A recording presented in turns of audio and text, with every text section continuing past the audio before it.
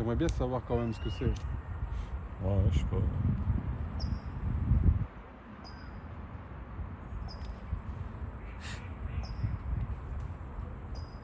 J'ai capté après.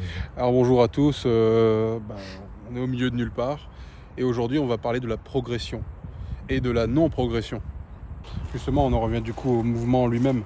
Si le mouvement il est étrange, si vraiment articulairement parlant il te semble bizarre, il est inconfortable le mouvement. Si tu sens qu'il y a un truc fondamentalement qui va pas, forcément tu pourras pas mettre d'intensité là-dedans. Parce que oui, on parlait de l'intensité. L'intensité c'est quand même le facteur qui fait qu'on peut progresser. Rapidement, facilement évidemment, parce que c'est pas 1 million de répétitions sur un tel exercice qui va vous faire progresser ou forcément que la charge ou autre. C'est la manière dont vous choquez le muscle, choquez le muscle, n'est-ce pas, quelle tension vous mettez dans la gueule du muscle, comment vous défoncez le muscle, l'agressivité que vous allez y mettre, c'est ça qui va définir la progression. Personnellement, moi je pense, tu peux avoir la meilleure diète du monde, tu peux avoir tout ce que n'importe quelle aide, n'importe quelle supplémentation, n'importe quel stéroïde, n'importe quelle torpille nucléaire dans le cul.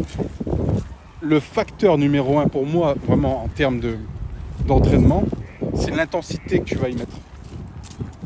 L'intensité, ça joue vraiment beaucoup. Parce que si tu viens de faire une pompe, une petite pompe, je sais pas, une pompe avec des poids légers toute l'année, moi je suis pas convaincu. Je suis pas sûr que ça va faire une grande différence dans le physique.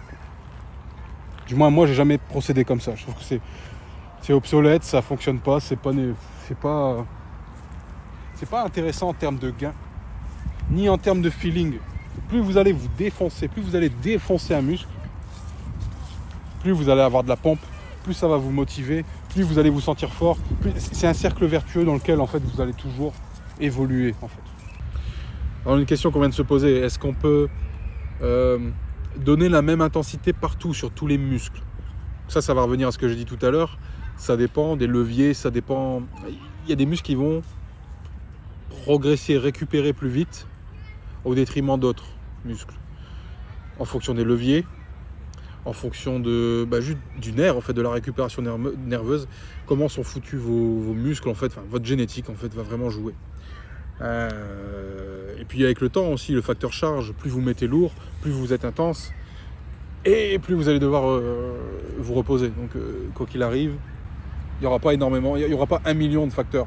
C'est soit la génétique, soit les leviers. Oui, la bouffe aussi, forcément la bouffe, le sommeil. Une question qu'on peut se poser, c'est surtout quand on est débutant, ou sur des phases où on ne se sent pas forcément fort, c'est est-ce que je mets une bonne intensité? On peut se poser la question, est-ce que je m'entraîne assez fort ou pas? Il y a des gens qui vont penser s'entraîner fort et s'entraîner comme des sgegs. Et il y a des types qui vont s'entraîner très fort, qui vont se sous-estimer. Ça a été mon cas pendant longtemps. Je n'ai pas su me donner ce truc-là. C'est toujours cette espèce d'obsession à se dire, cette fixation sur le poids, à dire ouais mais non mais c'est pas assez lourd, ou j'ai pas assez de ressenti, ou j'ai pas assez... Tous ces facteurs-là, on s'en fout limite. Ce qu'il faut, c'est vraiment donner son maximum pendant les séances. Il y a plein de variables, comme je disais tout à l'heure. Comment vous vous sentez, ce que vous vivez. Mais en soi, un effort reste un effort.